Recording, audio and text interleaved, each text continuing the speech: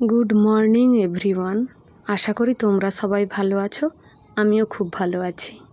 আজকের সকালটা পুরো মেঘলা ওয়েদার। আসলে গতকাল রাত থেকেই পুরো সন্ধ্যের থেকেই আমাদের এখানে ভীষণ বৃষ্টি হচ্ছে, সারা রাত বৃষ্টি হয়েছে। এখন সকালে উঠে মনে হচ্ছে যেন এখনও আরও বৃষ্টি হবে। যাই হোক, আমি রান্নাঘরে চলে এসেছি, দাদুর জন্য চা বানাবো।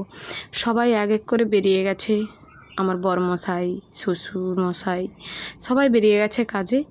এবার দাদু খালি চা খেতে বাকি আছে। আমার তবে বর চা খায় না, ওকে একটু ছাতু গুলিয়ে দিয়ে টিফিন রেডি করে দিয়ে ও বেরিয়ে গেছে। এবার শ্বশুর মশাইও একটু চা খেয়েছে, মুড়ি খেয়েছে, সেটা আমার শাশুড়ি মা রেডি করে দিয়েছে, বেরিয়ে গেছে। এবার দাদু খালি বাকি আছে বলে আমি দাদুর জন্য চাটা বসিয়ে দিচ্ছি। আর আমার বাচ্চা বলতে পাপান এখন ঘুমিয়ে পড়েছে, বাবান এখন বসে আছে, একটু ফোন দিয়ে বসিয়েছি, কিছু করার নেই, কি করবো বলো।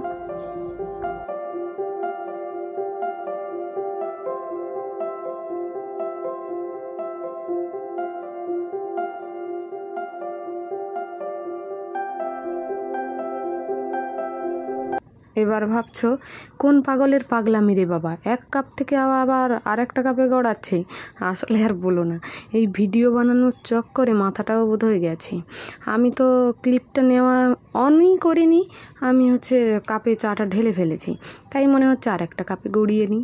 এই আর কি, কত রকমের পাগলামি। চলো চাটা দিয়েই আসি দাদুকে। এবার চাটা দিয়ে আমি এক এক করে কাজ করব। পুরো বাড়িটা না নোংরা হয়ে গেছে, পুরো পাতাতে ভরা। সামনেটা কোনো রকম ঝাঁটিয়েছি, এবার চলো পেছনটা আস্তে আস্তে করে ঝাঁটিয়ে নিতে হবে। এত নোংরা ভালোই লাগছে না। পাপানকে ঘুম পাড়িয়ে দিয়েছি, আর পাপানকে একটু ফোন দিয়ে বসিয়ে দিয়েছি, নাহলে তো কিছুতেই বসছে না, খালি বেরিয়ে যাচ্ছে, পাশের বাড়ি চলে যাচ্ছে। এবার ওর না সবসময়ই ওই তাদের ঘরে তো পুকুর আছে, ওই পুকুর পাড়ে গিয়ে দাঁড়িয়ে থাকে।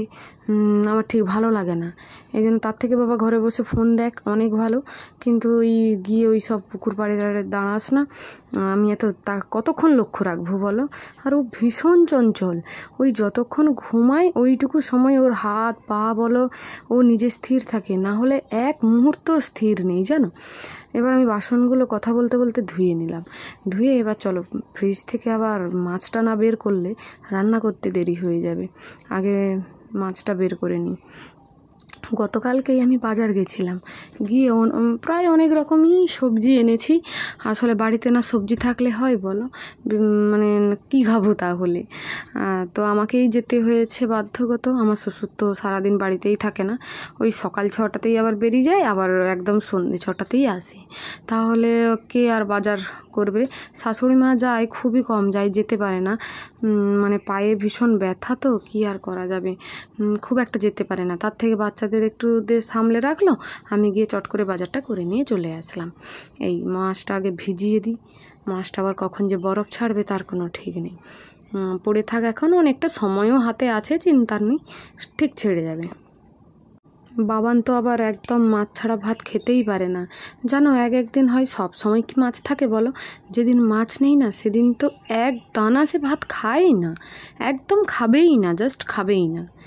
এইরকম অভ্যাস কি ভালো বলো। চেষ্টা করি তো পাল্টাতে, ছোটোবেলা থেকেই চেষ্টা করি, কিন্তু দেখা যাক কি হয়।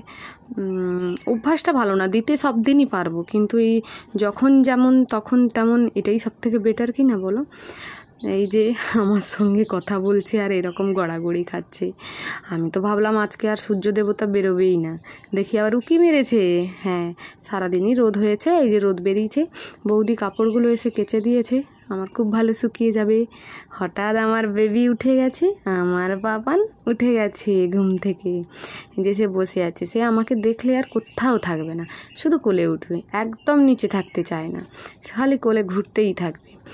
এই যে দুধ চলে এসছে, খাবার চলে এসছে। স্কুলে আমাদের এখানে ICDS-এ খাবার দেয়, কার কার এলাকায় দেয় জানি না, আমাদের এখানে দেয়। তো সেই খাবার নিয়ে আসা হয়। ডিম দেয় প্রত্যেক দিন, দুটো বেবির জন্য 2টো করে ডিম দেয়।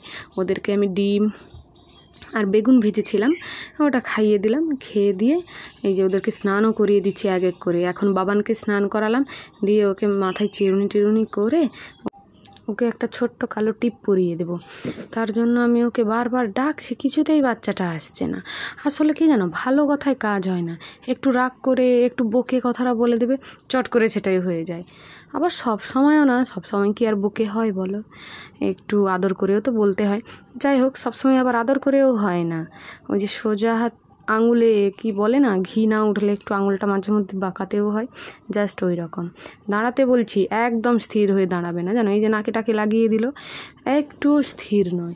ওই যেইটুকু সময় একটু ঘুমায় ওইটুকু সময়ই হাত পা বিশ্রাম থাকে, না হলে সব সময় মানে চঞ্চল আর চঞ্চল। কী করে যে পড়াশোনা করাবো সেটাই তো এখন চাপের। যাই হোক, যখন যেটা হবে দেখা যাবে।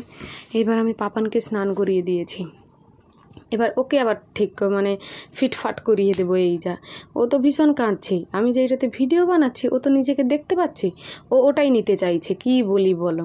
তারপরে ওকে আবার আমি একটা আলাদা ফোন দিলাম হাতে, দেখবে একটু পরে চুপ করে যাবে ওই ছেলেটা। যেটা নেবে বলেছে সেটা নেবেই, চাই। কি যে সব এখনকার বাচ্চার জেদ বাবা, আমরা তো এত বড় মানুষ হয়েছি, আমাদের এত জেদ নয়। ছোটোবেলা থেকে করিও নি মনে হয়, কখনো তো শুনিনি মায়ের কাছে যে এরকম কখনো করেছি বলে। যাই হোক, দেখেছ, ফোনটা ধরিয়ে দিতে আবার সে চুপ হয়ে গেছে। এদের যে কত রকমের নাটক আর কি বলবো।